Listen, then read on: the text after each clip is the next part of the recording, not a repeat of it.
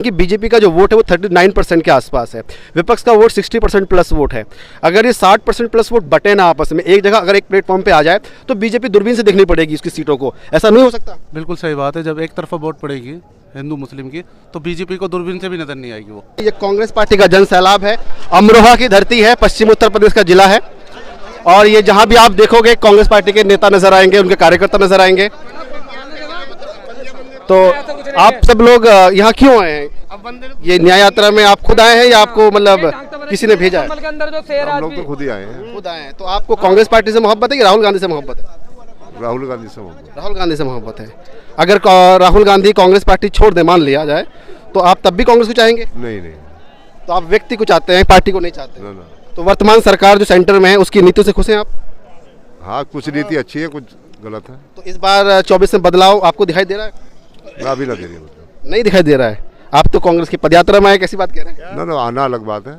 अच्छा, तो जो गठबंधन हुआ है, ये गठबंधन कुछ बीजेपी को डेंट पहुंचाएगा, कुछ सीटें कम करेगा? ना कोई खास नुकसान ना पहुंचे। कुछ नहीं होगा। किस जिले से आए हैं आप? मैं यही गाँव है। अमरोहा। हाँ, अमरोहा यही गाँव है मेरा। कॉलेज चचा का है। अच्छा, तो अगर यहाँ पर जो फाइट होगी अमरोहा की बात करें तो किसका पल्ला भारी दिखाई दे रहा है आपको? BJP versus Congress? हाँ, दोनों की होगी। बराबर होगा।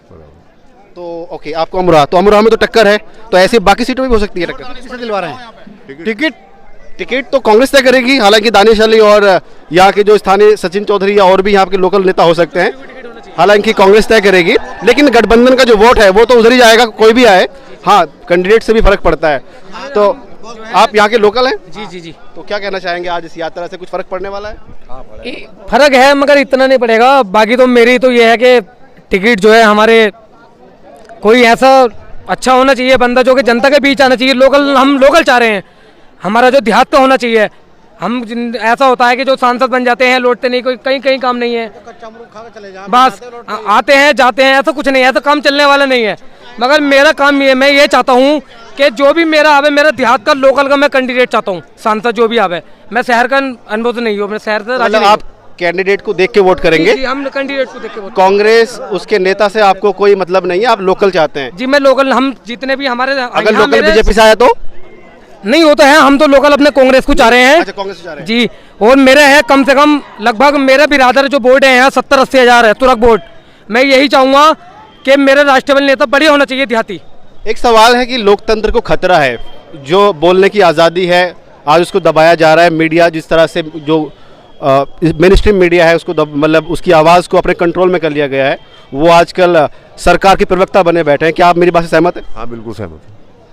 तो आज ये बोलने की आज़ादी है, जो फ्रीडम एक्सप्रेशन है, और जो विपक्षी सरकार है वो जिस तरह से उनको चुन चुन के उनको गिराने की कोशिश, आपने देखा हॉर्स ट्रेडिंग हुई है देश के अंदर, और चंडीगढ़ में चुनाव में किस तरह से धांधलेबाजी करके मेयर का चुनाव उन्होंने गड़बड़ किया, सुप्रीम कोर्ट के निर्णय से वो बदला गया। आपको नहीं लगता कि ये सरकार बेईमानी से लोकतंत्र को छीन रही है? हाँ, बिल्कुल, ये डिक्टेटरशिप चल रही है। डिक्टेटरशिप चल रही है। अगर वो 400 पार का जो नारा दे रहा है, 400 पार चले गए, क्या नहीं लगता कि हमारे मौलिक कर्तव्य भी, जो अधिकार हैं हमको दिए गए हैं, वो भी हम संकट में आ सकते हैं? बिल्कुल संकट में आए। तो क्या सड़क, बिजली, पानी से ज्यादा महत्वपूर्ण क्या संविधान को बचाना नहीं है? संविधान सबसे ऊपर है। क्या पूरे देश के अंदर भाजपा के बाद सबसे बड़ी पार्टी कांग्रेस नहीं है?